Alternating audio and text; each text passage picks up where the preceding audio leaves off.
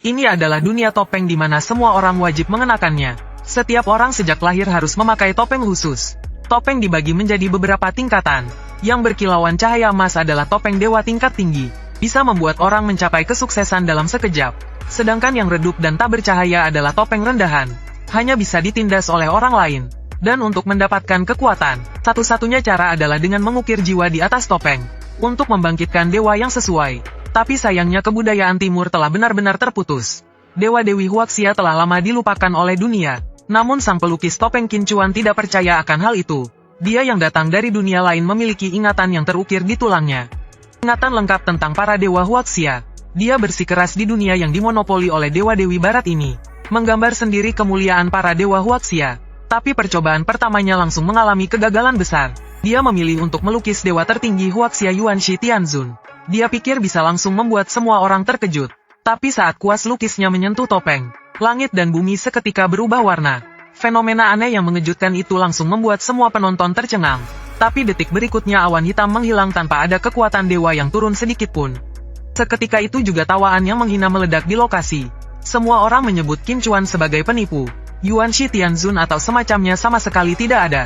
Setelah beberapa kali mencoba, Qin Chuan pun menjadi putus asa. Mungkinkah di dunia ini benar-benar tidak ada dewa dari timur? Kenapa? Aku jelas-jelas merasakannya. Tapi sebelum dia sempat menenangkan diri, sahabat baiknya Xiao Qiang membawa kabar yang mengejutkan.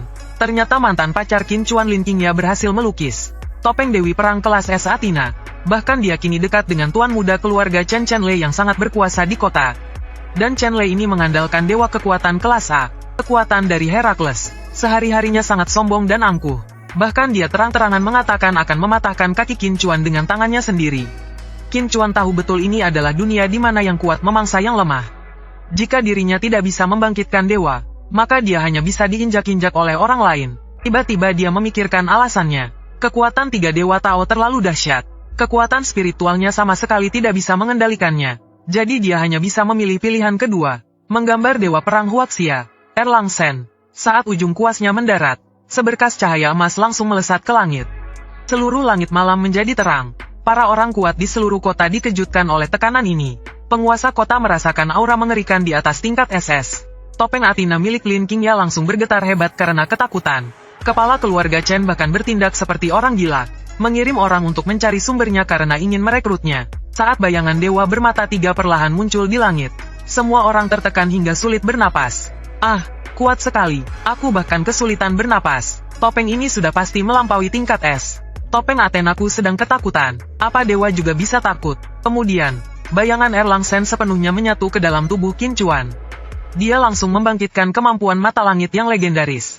Tapi Qin Chuan juga menyadari dengan jelas. Kekuatan spiritualnya terlalu lemah, hanya bisa menampung sebagian kecil kekuatan Erlang Shen. Yang lebih membuatnya terkejut adalah, orang-orang di dunia ini hanya bisa menggambar topeng dewa sekali seumur hidup. Tapi dia sama sekali tidak punya batasan. Kalau begitu, Sun Wukong, Neza, 4 Raja Langit, dia akan menggambar seluruh jajaran dewa Huaxia satu persatu, agar para dewa timur turun kembali ke dunia, kembali ke asrama.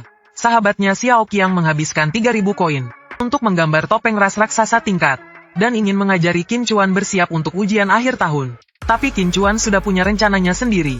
Dia perlu meningkatkan kekuatan spiritualnya dengan cepat, dan cara tercepat adalah meminum pil pengumpul roh.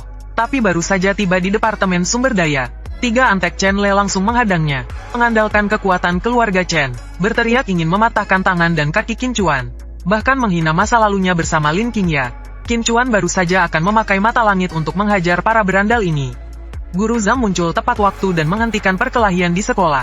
Guru Zhang ini adalah putri dari kepala sekolah. Dia juga adalah pembangkit Dewi Kematian tingkat S, Hela. Dia dengan baik hati mengingatkan Qin Chuan untuk menjauhi keluarga Chen. Lagi pula keluarga Chen sangat berkuasa di kota ini.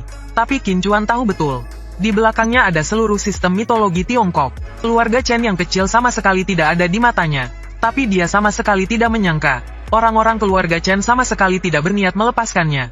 Mereka diam-diam menyuruh bawahan untuk menyerang Qin Chuan, adik perempuan yang paling disayanginya. Saat Xiao Qiang berlari panik untuk memberitahunya, kemarahan Qin Chuan langsung tersulut. Kekuatan spiritualnya meledak seketika. Xiao Qiang yang ada di sampingnya terkejut oleh kekuatan ini sampai tak bisa bicara. Dia berlari ke ruang medis seperti orang gila, melihat kedua kaki adiknya patah remuk. Dokter menyarankan untuk mengamputasinya. Satu-satunya obat salep penyambung tulang darah. Tidak ada di seluruh akademi. Yang lebih parah, kepala sekolah ternyata berkomplot dengan keluarga Chen. Dia memutarbalikkan fakta mengatakan adiknya terluka karena jatuh sendiri. Tidak ada hubungannya dengan sekolah dan keluarga Chen. Dia bahkan mengeluarkan 3 pil spiritual terbaik untuk membungkam Qin Chuan. Menyuruhnya untuk melupakan masalah ini.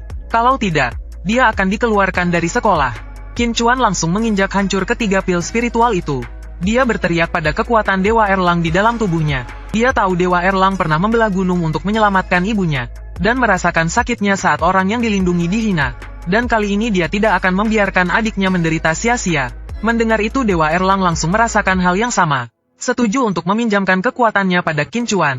Sementara keluarga Chen dan Lin Qingya masih terlena dalam kesombongan.